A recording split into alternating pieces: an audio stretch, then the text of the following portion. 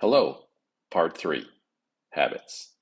Luckily, years earlier, I had watched this TED Talk revealing a different way to tie my shoes so they do not come untied. I tried the new way and proved to myself that I could change my habits and without willpower. I thought, some habits take no effort to change. Interesting. Judson Brewer, a neuroscientist and psychologist specializing in addiction, developed 3 apps to help specific groups of people change their habits. Craving to Quit was developed to change smoking habits.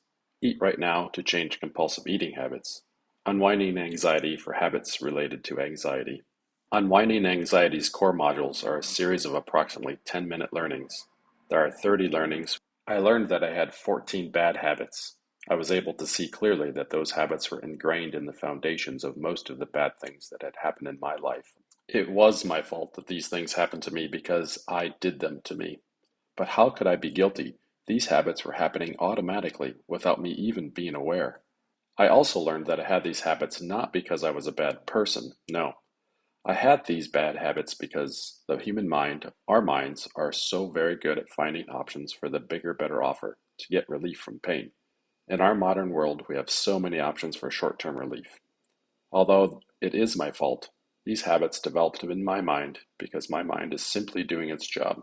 The mind is doing its job and will prompt our behavior into whatever feels better than the current situation, unless we intervene, unless we pay attention. One key skill I learned was how to become aware of these habits in action, right when they were happening to me. I learned and practiced awareness and developed it into a good habit. I learned a mind hack to help me change these bad habits. For this hack to work, we need to understand how our minds work. We might think we know how our minds work, but here is the super sweet part. Once we know how our minds work, changing habits takes no willpower. That does not mean it's easy, but it does not take effort. In fact, willpower gets in the way of real progress, so I learned how to keep willpower out of the way. All of this progress, it took some days, 20 minutes a day for about a month. I suggest starting calm and then, a couple weeks later, when mindfulness and meditation are more familiar, start unwinding anxiety. They both cost a little money, and it is likely to be some of the best money you've ever spent.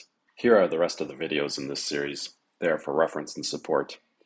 I truly hope you take the leap of faith and start the effortless steps of kicking the anxiety habit. I am positive you will learn something that improves your life. What else do you have to lose except a bad habit or two?